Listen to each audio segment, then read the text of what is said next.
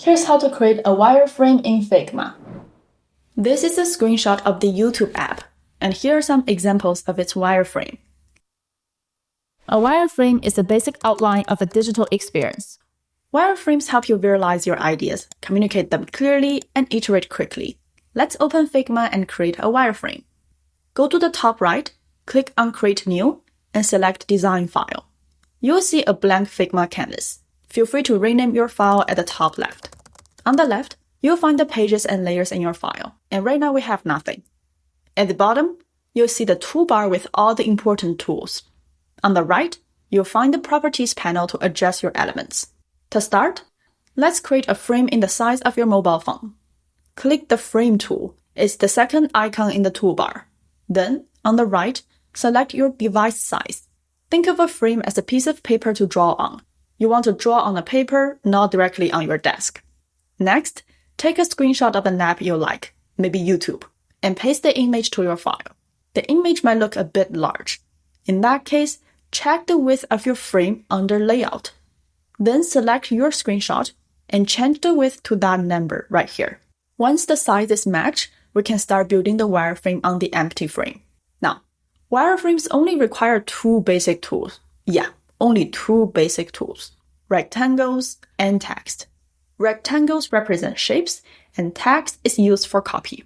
I like to start with the biggest eye-catching element on the screen, and for here is the thumbnail of a YouTube video. Click the rectangle tool and draw a rectangle for the thumbnail.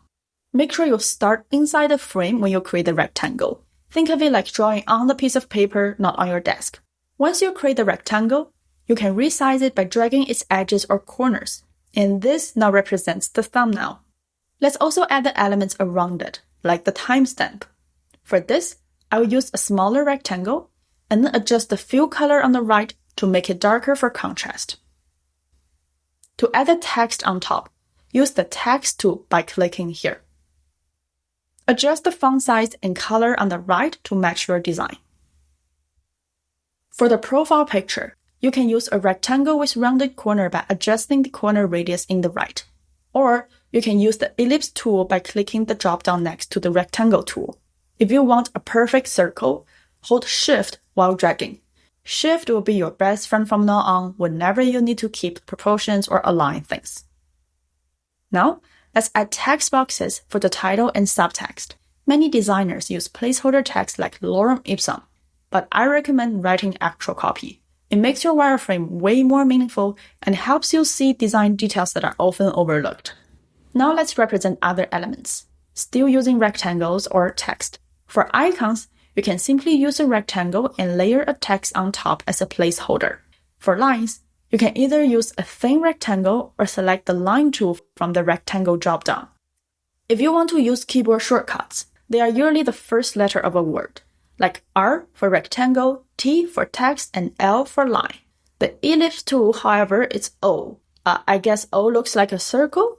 When I create wireframes, I stick to basic colors like gray, black, and white. Adding bright colors can distract the viewer because it makes certain parts stand out too much. Keeping the color on grayscale helps you to focus on the layout and structure without unnecessary distractions. It's okay if your first draft isn't perfectly aligned. Wireframes are meant to be fast, quick, and cheap. But if you're presenting it to stakeholders or clients, well, then it's worth cleaning up the alignment and presentation a bit more. For example, I like to replace placeholder icons with real ones from the Google Material Icons library. When you're on this site, search for any icon you like, then download it as SVG and drop it in your file. SVGs are vector graphics, meaning they will stay sharp no matter how much you zoom in. Magic. Just make sure the icons are inside your frame, not floating around the canvas. You can check the layers here on the left-hand side. If an icon you need isn't available, I like to use a similar one and leave a note to design a custom icon later. And there you have it, a wireframe for an app. If you want to export it, select the frame, go to bottom right, and adjust your export settings here. Done and ready to share. Congratulations! If you made this far, you've learned a lot about wireframing in Figma. And do you know what's the most common mistake I see people make? Skipping this step entirely and jump right into high-fidelity prototype. Don't do that. because our brain aren't wired to think about both high-level and low-level decisions all at once. It's really difficult to think about what's the bigger structure of this app, and also, what is the shape of blue I'm going to choose for this button? Just think about building a house. You wouldn't paint the walls while laying the bricks, right? So whenever you want to create a digital experience, first create a wireframe to represent your ideas and iterate fast with your wireframe. If you learned something from this video, subscribe and turn on all notifications. This is part of the playlist where I teach you everything you need to know about Figma to create an app or a website. If you want to go one step further and learn how design is done in big tech companies, check out Fast Track UX. I'm Aliena, thank you for watching, and I will see you in this video.